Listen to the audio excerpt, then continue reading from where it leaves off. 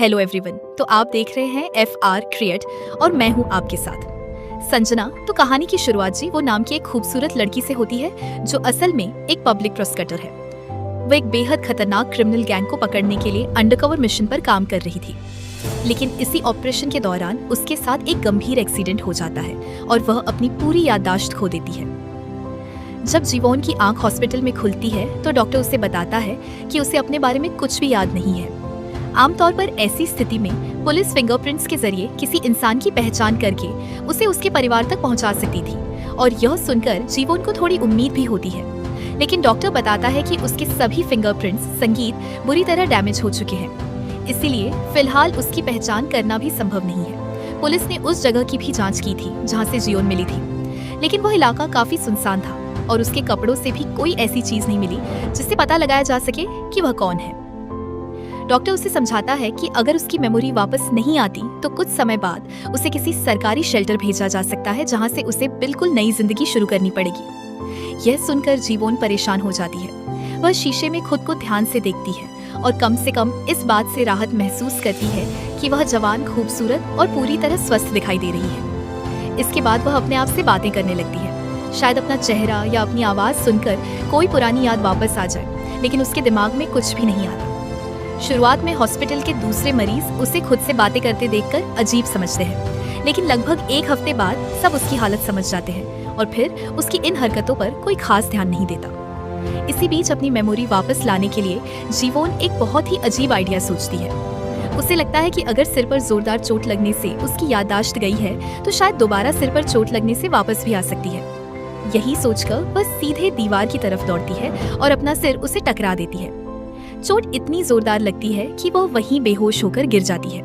कुछ समय संगीत बाद जब उसकी आंख खुलती है तो बगल वाले बेड पर रहने वाली महिला उसे बताती है कि उसके बेहोश रहने के दौरान एक लड़का उसे ढूंढते हुए आया था। वह खुद को जीवन का बॉयफ्रेंड बता रहा था और उसे खोजने के लिए काफी परेशान भी लग रहा था। बॉयफ्रेंड का नाम सुनते ही जीवन की एक्साइटमेंट बढ़ जाती है। उसके हिसाब से इतनी खूबसूरत लड़की का बॉयफ्रेंड होना तो बिल्कुल नॉर्मल बात थी। ऊपर से कमरे की बाकी महिलाएं उसे बताती हैं कि वह लड़का इतना हैंडसम था कि पहली नजर में उन्हें लगा कोई एक्टर हॉस्पिटल में आ गया है। अब जीवन बेसब्री से उसके वापस आने का इंतजार करने लगती है, क्योंकि अगर वह सच में उसका बॉयफ्रेंड है तो शायद वही उसे बता पाए कि वह कौन है और उसकी पुरानी जिंदगी कैसी थी। इसके बाद जब भी कमरे का दरवाजा खुलता, जीवन उम्मीद से उसी तरफ देखने लगती।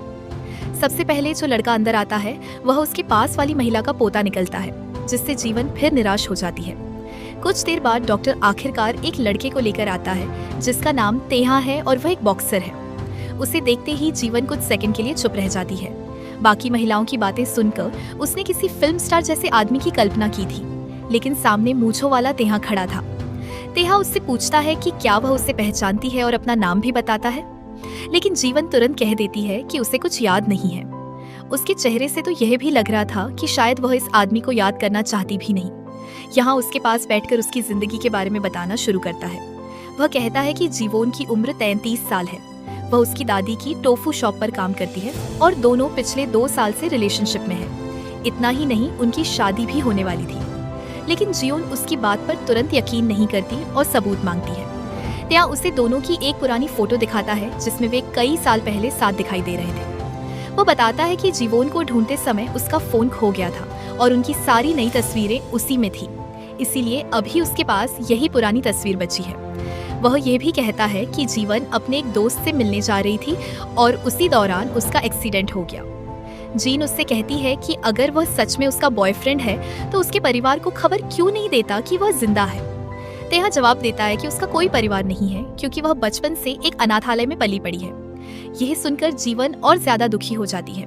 वह सोचती है कि 33 साल की जिंदगी जीने के बाद भी उसके पास ना माता पिता है, ना कोई खास दोस्त, ना अपना ठीक ठाक घर और ना ही कोई शानदार करियर। वह सीधे डॉक्टर के पास जाकर पूछती है कि क्या हॉस्पिटल किसी भी आदमी को सिर्फ इसीलिए मरीज अपने साथ ले जाने देता है क्योंकि उसने आकर खुद को उसका बॉयफ्रेंड बता दिया। डॉक्टर समझाता है कि तेहा अपने साथ उनके रिश्ते से जुड़े काफी भरोसेमंद सबूत लाया था, इसीलिए उन्हें उस पर शक करने की कोई खास वजह नहीं मिली। अब जियोन के पास ज्यादा ऑप्शन नहीं होते, इसीलिए वह कपड़े बदलती है और तेहा के साथ जाने के लिए तैयार हो जाती है। उसे उम्मीद थी कि शायद उसके साथ रहने और अपनी पुरानी जगहों पर वापस जाने से कुछ यादें लौट आएं।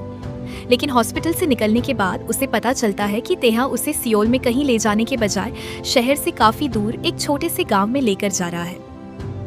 जीवन पूछती है कि जब उसे सियोल की गलियां तक याद नहीं है तो इस गांव में उसे क्या याद आएगा। तेहा बताता है कि वे पहले सियोल में ही रहते थे, लेकिन लगभग 2 महीने संगीत पहले ही इस गांव में शिफ्ट हुए थे। गांव पहुंचने के बाद जी नोटिस करती है कि वहां लगभग हर व्यक्ति किसी न किसी तरह टोफू के काम से जुड़ा हुआ है। रास्ते में 3 गांव की महिलाएं तेहा को पहचान लेती हैं और जीवन को देखकर पूछती हैं कि क्या यही वह गर्लफ्रेंड है जिसे वह 2 महीने पहले शादी करने के लिए गांव लेकर आया था। उनकी बातें तेहा की कहानी को और मजबूत कर देती है, लेकिन जीवन इससे खुश होने के बजाय और ज्यादा परेशान हो जाती है, क्योंकि उसका दिल अभी भी यह मानने के लिए तैयार नहीं था कि मूंछों वाला यह बॉक्सर सच में उसका बॉयफ्रेंड हो सकता है। तहाँ उसे अपनी दादी की टोफू शॉप पर लेकर जाता है, लेकिन वहाँ उसे पता चलता है कि दादी को डिमेंशिया है और उन्हें खुद भी बहुत सी बातें याद नहीं रहती। इसके बाद वह जियोन को उस घर में लेकर जाता है जहाँ उसके मुताबिक दोनों पिछले 2 महीनों से साथ रह रहे थे। घर के पास पहुँचते ही एक कुत्ता जीन को देखकर जोर जोर से भौंकने लगता है। जीवोन तुरंत इसे सबूत मान लेती है और कहती है कि अगर वह सच में यहाँ रहती तो यह कुत्ता उसे पहचानता, मगर तेहा बताता है कि वह उनका कुत्ता है ही नहीं, बल्कि गांव का एक कुत्ता है जो अक्सर इधर उधर घूमता रहता है। घर के अंदर जाने के बाद जीवोन का शक और बढ़ जाता है। उसे वहाँ की कोई चीज अपने स्टाइल की नहीं लगती और वह सोचती है कि उसकी पसंद इतनी खराब हो ही नहीं सकती। इसके बाद वह तेहा से पूछती है कि आखिर दोनों की मुलाकात कैसे हुई थी और वह उसके प्यार में कैसे पड़ी। तेहा ये कहानी बनाता है कि दोनों पहली बार पहाड़ों में मिले थे, जहाँ जियोन मेंढकों से डर गई थी और उसने उसे बचाया था। उसके मुताबिक इसके बाद जियोन उसके पीछे पड़ गई और धीरे धीरे दोनों डेट करने लगे, लेकिन जीवोन तुरंत उसकी बात काट देती है और कहती है कि अगर किसी ने किसी का पीछा किया होगा तो जरूर तेहा ने ही उसका पीछा किया होगा। वह उससे कहती है कि इससे पहले यह अजीब सी लव स्टोरी सुनकर उसे हार्ट अटैक आ जाए, बेहतर है वह यहीं रुक जाए। कुछ समय बाद तेहा बॉक्सिंग ट्रेनिंग के लिए चला जाता है, जहां उसका करीबी दोस्त और ट्रेनर होम उससे पूछता है कि क्या वह जीन को सुरक्षित वापस लेकर आया। तेहा बताता है कि वह उसे गांव तो ले आया है, लेकिन जीवन उसकी किसी भी बात पर ठीक से यकीन नहीं कर रही। इसके बाद वह हंग को याद दिलाता है कि किसी भी हालत में जीवोन को उसकी असली जिंदगी के बारे में पता नहीं चलना चाहिए, क्योंकि सच उसकी सोच से कहीं ज्यादा खतरनाक था। असल में जीवन टोफू शॉप पर काम नहीं करती थी, वह एक पब्लिक प्रोसिक्यूटर थी और मेमोरी जाने से पहले उसी क्रिमिनल गैंग के खिलाफ अंडरकवर जांच कर रही थी जिससे तेहा खुद जुड़ा हुआ था। मिशन के दौरान उसने गैंग के लोगों के खिलाफ कई बातें अपनी वॉच में रिकॉर्ड कर ली थी। जब गैंग को इसके बारे में पता चला तो उन्होंने जीन से वह वॉच वापस मांगी और बदले में बहुत सारे पैसे देने की कोशिश भी की, लेकिन जियोन ने साफ कह दिया था कि वे अपने गंदे पैसों से उसे खरीद नहीं सकते। इसके बाद जब उसने वहां से निकलने की कोशिश की तो गैंग के लोगों ने उसकी कार पर हमला कर दिया और उसे बुरी तरह तोड़ दिया, जिसके बाद जियोन किसी तरह वहां से भागने लगी। इसी दौरान पता चलता है कि तेहा भी इसी गैंग के लिए काम करता था। वह पहले ही यह जिंदगी छोड़ने का फैसला कर चुका था और अपना रिजाइन भी दे चुका था, लेकिन उसके बॉस ने उसे एक आखिरी मिशन पूरा करने के लिए कहा था। उसे उस महिला प्रोसिक्यूटर को खत्म करना था जिसने गैंग के खिलाफ सबूत रिकॉर्ड किए थे। तेहा बिना यह पूछे कि वह महिला कौन है, मिशन स्वीकार कर लेता है और अपने आदमियों को उसे किडनैप करने के लिए भेज देता है। गैंग के लोग उस महिला को पकड़कर बुरी तरह पीटते हैं और तेहा के लिए यह बस आखिरी काम था, जिसके बाद वह हमेशा के लिए इस दुनिया से बाहर निकलने वाला था। लेकिन जब तेहा कैद की गई प्रोसिक्यूटर को देखने पहुंचता है तो वह वहीं रुक जाता है, क्योंकि सामने कोई अनजान महिला नहीं बल्कि जीवन थी जिसे वह बचपन से जानता था। उसे पहचानते ही तेहा का पूरा फैसला बदल जाता है। वह तुरंत जियोन को बचाने की सोचता है और होंग से मदद मांगता है। दोनों मिलकर उसे वहां से निकालते हैं और एक सुनसान इलाके में ले जाते हैं। फिर तेहा दूसरी गाड़ी में ब्लास्ट करवाता है और उसकी वीडियो रिकॉर्ड करके अपने बॉस को भेज देता है ताकि उन्हें लगे कि जीवोन उसी गाड़ी में थी और उसकी मौत हो चुकी है। इसके बाद जीवोन को हॉस्पिटल पहुंचाया जाता है और तेहा लगातार छिपकर उस पर नजर रखता है।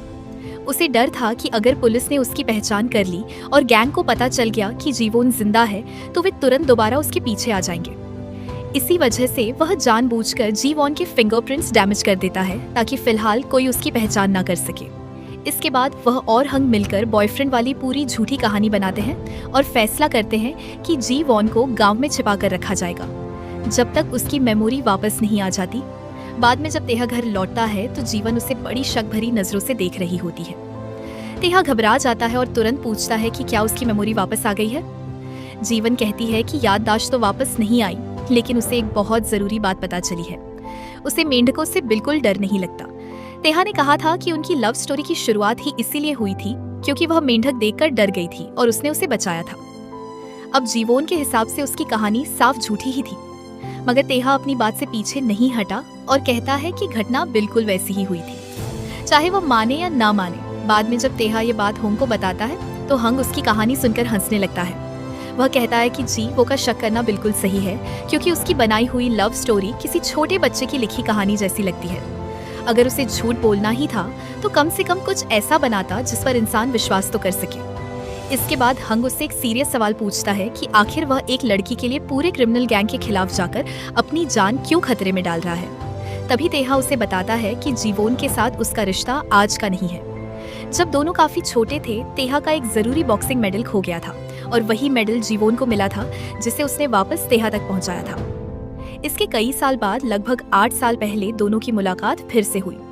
उस समय तेहा गैंग का एक काम खत्म करके लौट रहा था। उसने अपने लोगों को ड्रिंक लेने भेज दिया था और खुद अकेला जा रहा था। तभी कुछ गैंगस्टर्स उस पर हमला करने की तैयारी करने लगे। जीवन ने दूर से यह सब देखा, लेकिन उसे तेहा की असली पहचान नहीं पता थी। उसे लगा कि कुछ बदमाश एक अकेले आदमी को मारने जा रहे हैं, इसीलिए वह तुरंत उसकी मदद के लिए आगे बढ़ जाती है।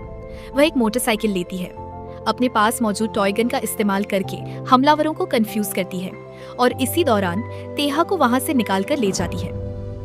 कुछ दूर जाने के बाद वह उल्टा तेहा को सलाह देती है कि इस इलाके में बहुत सारे खतरनाक गैंग्स हैं, इसलिए उसे सावधान रहना चाहिए। उसे बिल्कुल अंदाजा नहीं था कि जिस आदमी को वह गैंगस्टर्स से बचा कर लाई थी, वह खुद भी इसी दुनिया से जुड़ा हुआ था, मगर उनकी मोटरसाइकिल में ज्यादा फ्यूल नहीं था, इसीलिए दोनों को रात वहीं रुकनी पड़ती है और सुबह पेट्रोल मिलने का इंतजार करना पड़ता है। रात में जीवों के हाथ पर लगी चोट का इलाज करती है और फिर अपनी जिंदगी के बारे में लगातार बातें करना शुरू कर देती है। वह बताती है कि वह अनाथालय में पली बड़ी है, लेकिन उसे हमेशा लगता था कि उसकी माँ उससे प्यार जरूर करती होगी, क्योंकि उसने उसे इतना खूबसूरत नाम दिया था। वह लॉ की पढ़ाई कर रही थी और उसका सपना एक दिन पब्लिक प्रोसिक्यूटर बनने का था। उसी दिन जीवन जीन का बर्थडे भी था, इसीलिए वह तेहा से कहती है कि दोनों साथ में एक फोटो लें ताकि उसके पास संगीत इस दिन की कोई याद रह सके। यही वही तस्वीर थी जिसे कई साल बाद तेहा हॉस्पिटल में उनके रिश्ते के सबूत के तौर पर दिखाता है। उस रात जीन अपनी जिंदगी की लगभग हर बात उसे बता देती है। सुबह होने पर तेहा उसे अपनी जान बचाने के लिए धन्यवाद कहता है और वादा करता है कि अगर जिंदगी में कभी दोनों दोबारा मिले तो वह उसका यह एहसान जरूर लौटाएगा। कई साल बाद किस्मत सच में उन्हें फिर मिला देती है और अब तेहा उसी पुराने वादे को निभाते हुए उसकी जान बचा रहा था। इसके बाद एक सुबह तेहा जीन को नाश्ते के लिए बुलाता है, लेकिन वह साफ मना कर देती है, क्योंकि उसे अभी भी इस बात पर पूरा भरोसा नहीं है कि वह सच में उसका बॉयफ्रेंड है। उसके मन में तो यहाँ तक शक था कि शायद उसका किडनैप हुआ है। तेहा उसे मजबूर नहीं करता और कुछ पैसे देकर कहता है कि अगर उसे उसके साथ खाना खाने में डर लगता है तो खुद जाकर कुछ खरीद सकती है। फिर वह बताता है कि उसे एक जरूरी काम से बाहर जाना है, इसीलिए वह उसे अकेला नहीं छोड़ सकता। वह हंग की पत्नी को जीवोन के साथ रहने के लिए भेज देता है और खुद गैंग के हेडक्वार्टर जाता है, जहां अपना बाकी सामान वापस करके आधिकारिक रूप से गैंग छोड़ देता है और बताता है कि अब वह दोबारा बॉक्सिंग पर फोकस करेगा। वहीं दूसरी तरफ जीवोन के प्रोसिक्यूटर ऑफिस में उसके साथी लगातार उसकी तलाश कर रहे थे। उसे गायब हुए लगभग 3 हफ्ते हो चुके थे और किसी के पास उसकी कोई खबर नहीं थी।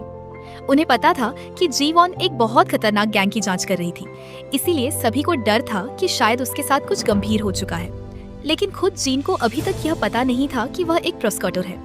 वह हंग की पत्नी से भी परेशान रहती है, जो बार बार दावा करती है कि दोनों बहुत अच्छी दोस्त हैं, जबकि जीवोन को उसकी कोई याद नहीं थी।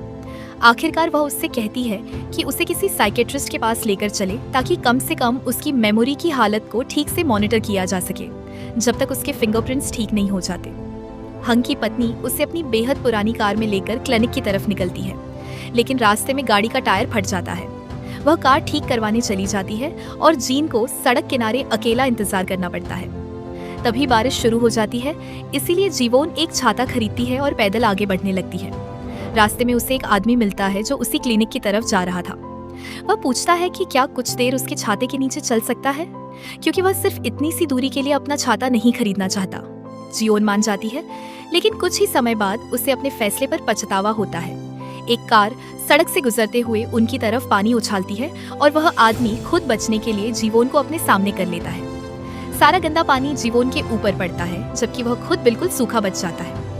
जियोन गुस्से में उसे तुरंत दूर होने के लिए कहती है और चेतावनी देती है कि अगर वह उसके पास रहा तो वह चिल्लाकर आसपास के सभी लोगों का ध्यान खींच लेगी।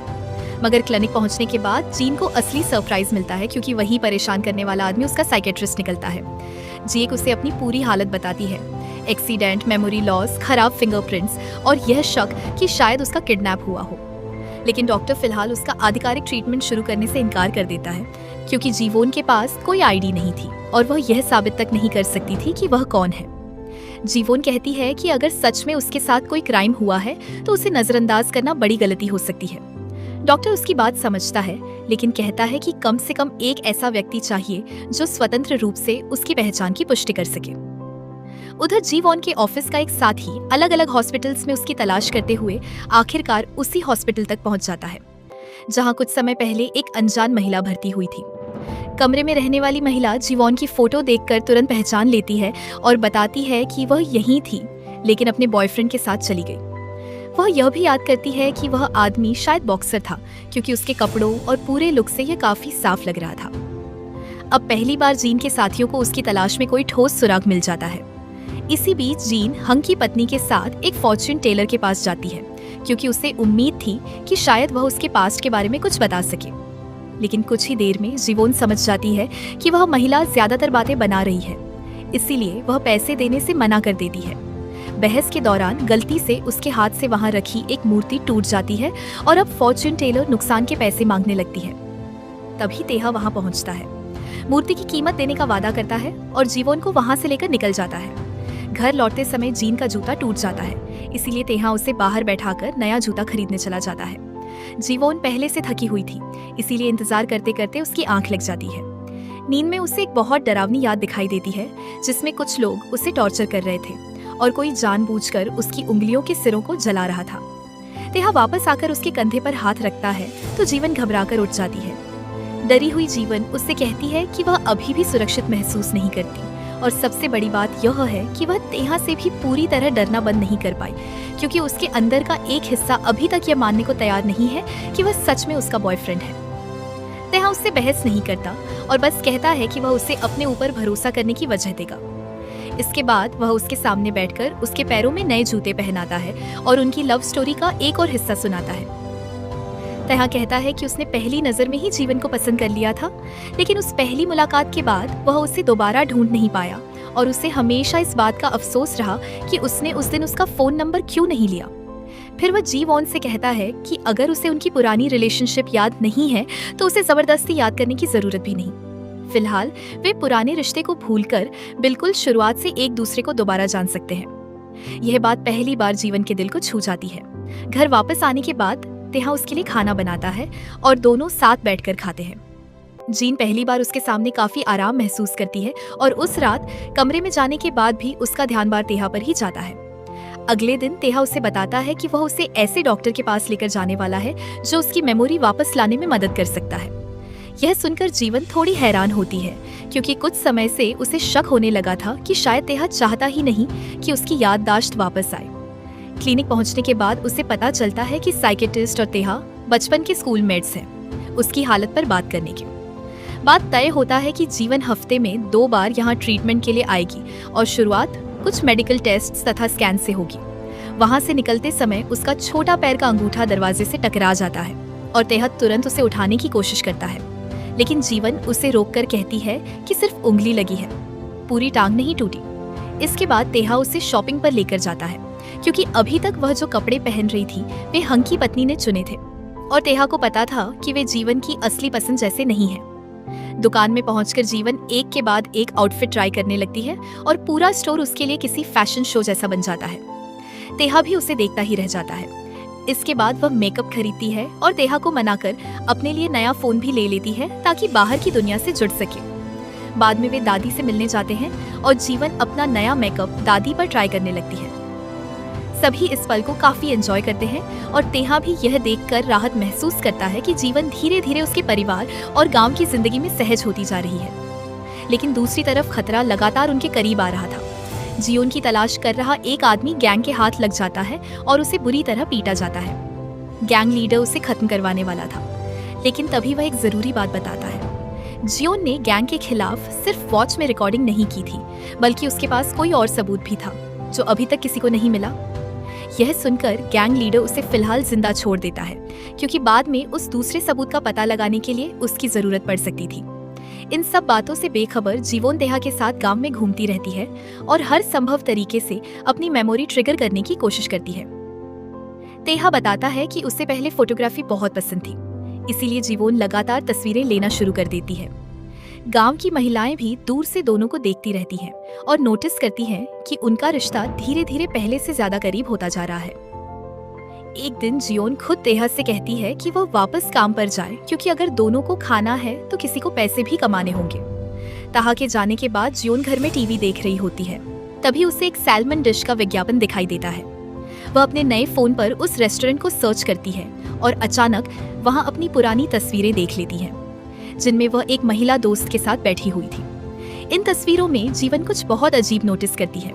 उसने काफी महंगे कपड़े पहने हुए थे और उंगली में डायमंड रिंग भी थी, लेकिन तेहा के घर में ना ऐसे कपड़े थे और ना वह रिंग। अब उसका शक फिर से जाग जाता है और वह सीधे तेहा के बॉक्सिंग जिम पहुंचती है ताकि उससे इसके बारे में सवाल कर सके। लेकिन वहां तेहा के पास जाने से पहले ही वह एक महिला को उससे गुस्से में बात करते हुए सुन लेती है। वह महिला उसे गैंगस्टर कहती है और चेतावनी देती है कि उसके टैलेंटेड बेटे से दूर रहे, क्योंकि वह नहीं चाहती कि उसका बेटा बड़ा होकर तेहा जैसा बने। यह सुनते ही जीवॉन के दिमाग में वही टॉर्चर वाली मेमोरी वापस आ जाती है। अभी तक उसने खुद को समझाया था कि शायद वह सिर्फ कोई बुरा सपना था, लेकिन अब जब उसे पता चला कि तेहा सच में क्रिमिनल लोगों के साथ जुड़ा रहा है, तो उसे डर लगने लगता है कि कहीं वह सपना उसकी असली मेमोरी तो नहीं था। जीवन वहां से चली जाती है और संयोग से रास्ते में उसके साइकेट्रिस्ट से मुलाकात हो जाती है। वह उसे पूरी बात बताती है। वह मानती है कि पिछले कुछ दिनों में उसने तेहा पर भरोसा करना शुरू कर दिया था, क्योंकि तमाम शक के बावजूद उसने कभी उसे कोई ऐसा काम करते नहीं देखा जिससे लगे कि वह सच में बुरा इंसान है। लेकिन अब गैंग के बारे में जानने के बाद उसे डर लग रहा था कि कहीं तेहा का उसके साथ हुए हादसे से कोई संबंध तो नहीं। इसी दौरान तेहा भी वहां पहुंच जाता है। क्लिनिक की एक नर्स जो उसे हाई स्कूल से जानती थी, उसकी बात सुनकर जीवॉन से कहती है कि फिलहाल उसे तेहा को उसके व्यवहार से जज करना चाहिए। क्या उसने कभी उसे मारा? क्या जानबूझकर उसे चोट पहुंचाई?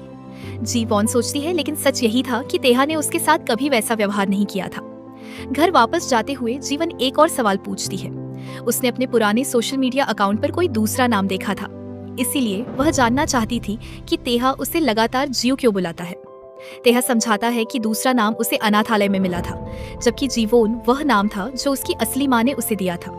जीवोन ने अपनी माँ को छोड़कर जाने के लिए कभी नफरत नहीं की और हमेशा अपनी माँ द्वारा दिया गया नाम ज्यादा पसंद किया, इसीलिए तेहा भी उसे उसी नाम से बुलाता है। घर लौटने के बाद जीवन अपने कमरे में चली जाती है और रेस्टोरेंट वाली फोटो में दिखाई देने वाली महिला को सोशल मीडिया पर मैसेज करती है। अब वह उम्मीद करती है कि शायद वही महिला उसकी पुरानी जिंदगी के बारे में सच बता सके। अगली सुबह तेहा उसे एक फ्लैश ड्राइव देता है जिसमें कुछ म्यूजिक था और कहता है कि गांव में दादी के लिए बर्थडे सेलिब्रेशन हो रहा है, इसलिए वह इसे वहां पहुंचा दे। जीवन पार्टी में जाती है और दादी उसे वहीं रुककर खाना खाने को कहती है। इसी दौरान कोई उस पर खीरे का एक टुकड़ा खाने का दबाव डालता है, जबकि जीवन मना कर रही थी। खीरा देखते ही अचानक उसके दिमाग में बचपन की एक और मेमोरी आती है, जिसमें उससे बड़ी एक लड़की उसे जबरदस्ती ऐसा खाना खिला रही थी जिसे वह पसंद नहीं करती थी। याद अचानक आने की वजह से जीवोन जोर से रिएक्ट करती है और पार्टी का माहौल खराब हो जाता है। वहां मौजूद कुछ लोग नाराज हो जाते हैं और उन्हें लगता है कि उसने सबके सामने उन्हें शर्मिंदा कर दिया। जीवन पहले से अपनी हालत को लेकर परेशान थी, इसीलिए लोगों की बातें सुनकर उसका गुस्सा भी निकल जाता है। वह कहती है कि वह ऐसी जगह नहीं रह सकती जहां हर इंसान उसे लगातार जज करता रहे। इसके बाद वह घर जाती है, अपना सामान पैक करती है और गांव छोड़कर एक होटल चली जाती है। उसी समय तेहा का एक पुराना गैंग साथी उससे मिलने आता है और जियोन के बारे में जानकारी मांगता है। तेहा साफ कह देता है कि उसे उसके बारे में कुछ नहीं पता। जाते जाते वह आदमी चेतावनी देता है कि अगर तेहा सच में जियोन को छिपा रहा है तो इसके बहुत गंभीर परिणाम होंगे। उनकी बात अभी खत्म ही हुई थी कि तेहा को कॉल आता है और पता चलता है कि जीवोन गायब है। यह सुनकर वह तुरंत उसे ढूंढने निकल जाता है, क्योंकि उसे डर था कि कहीं गैंग को उसके जिंदा होने की खबर ना मिल गई हो। जियोन पूरी रात गांव से बाहर रहती है और अगली सुबह उस महिला से मिलने जाती है जिसे उसने सोशल मीडिया पर मैसेज किया था। वह उसे अपने नाम, बचपन और अनाथालय के बारे में कई सवाल करती है। हैरानी की बात यह थी कि महिला की लगभग हर बात की कहानी से मैच कर रही थी। वह यह भी पुष्टि करती है कि जीवन का बॉयफ्रेंड एक बॉक्सर था। महंगे कपड़ों के बारे में पूछने पर वह बताती है कि वे उसके बॉयफ्रेंड के गिफ्ट्स थे और दोनों पहली बार एक कैफे में साथ काम करते हुए करीब आए थे। लेकिन इसके बाद बातचीत का माहौल बदल जाता है। महिला बताती है कि कभी दोनों बहुत अच्छी दोस्त संगीता थी, मगर समय के साथ जीन के व्यवहार की वजह से वह काफी हर्ट हुई। कई बार उसे जीवन के कारण अपमानित महसूस हुआ और आखिरकार उसने दोस्ती पूरी तरह खत्म कर दी। यह सुनकर जीवन अंदर से टूट जाती है। उसे पहली बार यह डर होने लगता है कि शायद उसकी पुरानी जिंदगी में वह वैसी अच्छी इंसान नहीं थी जैसा अब भी खुद को समझती है। वह सड़कों पर अकेली घूमती रहती है और दादी की पार्टी में अपने व्यवहार को याद करके भी शर्मिंदा महसूस करती है। उसे समझ नहीं आता कि अब किस चेहरे से गांव वापस जाए। लेकिन तेहा आखिरकार उसे ढूंढ लेता है। जो फोन उसने जियो के लिए खरीदा था वह उसी के नाम पर रजिस्टर था और उसी की लोकेशन के जरिए वह उसके पास पहुंच जाता है। वह जीन को सड़क किनारे अकेली बैठकर रोते हुए देखता है, मगर उससे यह नहीं पूछता कि वह बिना बताए क्यों चली गई। वह बस उसके पास बैठता है, उसे शांत करता है और कुछ समय बाद वापस गांव लेकर आता है। वहां कई गांव की महिलाएं पहले से जियोन का इंतजार कर रही थी और पार्टी में उसके व्यवहार के लिए उसे सुनाने वाली थी। लेकिन उनसे पहले दादी आगे आती हैं और सबको जीवन से दूर रहने के लिए कहती है। बाकी महिलाएं वहां से चली जाती हैं और जीवन अंदर जाकर दादी को धन्यवाद देना चाहती है, मगर वह कुछ कहे उससे पहले दादी खुद समझाती हैं कि जिंदगी में हर इंसान कभी ना कभी किसी शर्मिंदगी भरे पल से गुजरता है। कभी कभी इंसान को खुद शर्मिंदा होना पड़ता है, तभी उसे बोलने से पहले सोचने की अहमियत समझ आती है। जीवन को उम्मीद थी कि दादी भी उसे डांटेंगी, लेकिन उनकी इस बात से वह इतनी इमोशनल हो जाती है कि रोने लगती है। बाद में उसकी होंग से बात होती है और वह पहली बार तेहा के पास्ट के बारे में खुलकर बताता है। तेहा कभी बहुत टैलेंटेड बॉक्सर था और उसमें इंटरनेशनल लेवल तक जाने की क्षमता थी, लेकिन दादी की तबीयत खराब होने के बाद उसका करियर धीरे धीरे टूटने लगा क्योंकि वह उनकी देखभाल में लग गया। होंग बताता है कि दादी असल में तेहा की सगी दादी भी नहीं है। कई साल पहले तेहा की माँ एक छोटे बच्चे के साथ इस गांव में आई थी और दादी ने उन्हें अपने घर में रहने दिया था। कुछ समय बाद तेहा की माँ की मौत हो गई और इसके बाद दादी ने उसे अपने सगे पोते की तरह पाला। इसीलिए जब दादी बाद में गंभीर रूप से बीमार हुई तो तेहा ने बॉक्सिंग से कमाया हुआ लगभग सारा पैसा उनके इलाज पर खर्च कर दिया। धीरे धीरे उसका करियर भी खराब हो गया और पैसे की समस्या बढ़ती गई, जिसके बाद वह क्रिमिनल दुनिया में चला गया। हंग बताता है कि समय के साथ तेहा ने लोगों को मारना और नुकसान पहुंचाना सीख लिया, लेकिन हर बार अपने इमोशंस को अंदर दबा देता था, क्योंकि अगर वह हर काम के बाद अपने गिल्ट के बारे में सोचता रहता तो शायद खुद को संभाल नहीं पाता। बाहर से वह जितना मजबूत दिखाई देता है, अंदर से उतना ही ज्यादा घायल।